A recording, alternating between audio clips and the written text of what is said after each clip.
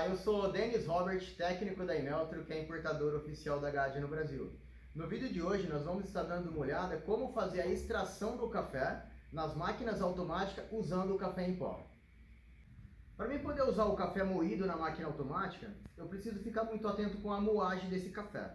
Porque as máquinas elas são para utilizar o café em grão, porém ela tem uma opção para também usar o café moído.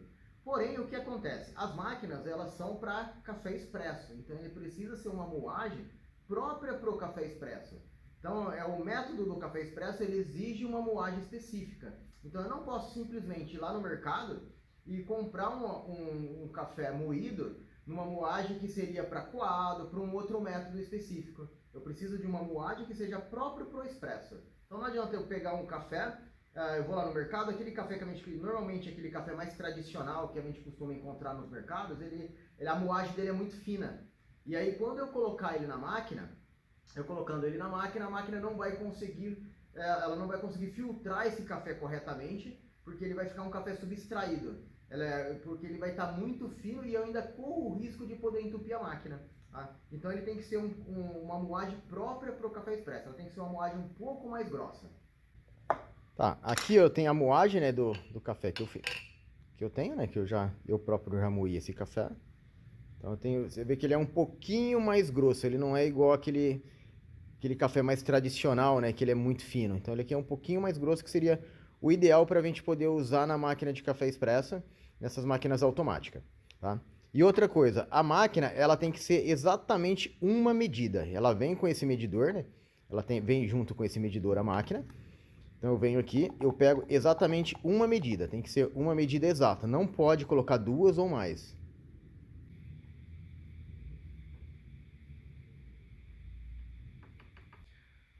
Cada máquina você vai fazer de uma forma diferente, tá? No caso aqui eu estou usando uma magenta, então aqui eu vou selecionar o café expresso, né, que vai ser a bebida que eu quero tirar. Aqui ele tem o Opt 12, que eu vou aqui selecionando a quantidade de pó que eu quero que a máquina moa.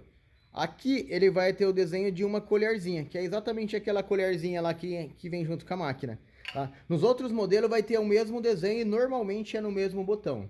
Tá? Ele só pode estar numa localidade diferente, mas ele vai ser no botão de intensidade do café.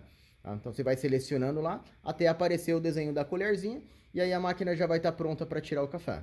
Então aqui eu já seleciono quantidade de ml, temperatura, aqui eu já selecionei o café em pó, como eu já coloquei o pó lá. Basta eu apertar o Start e a máquina vai começar a fazer o café.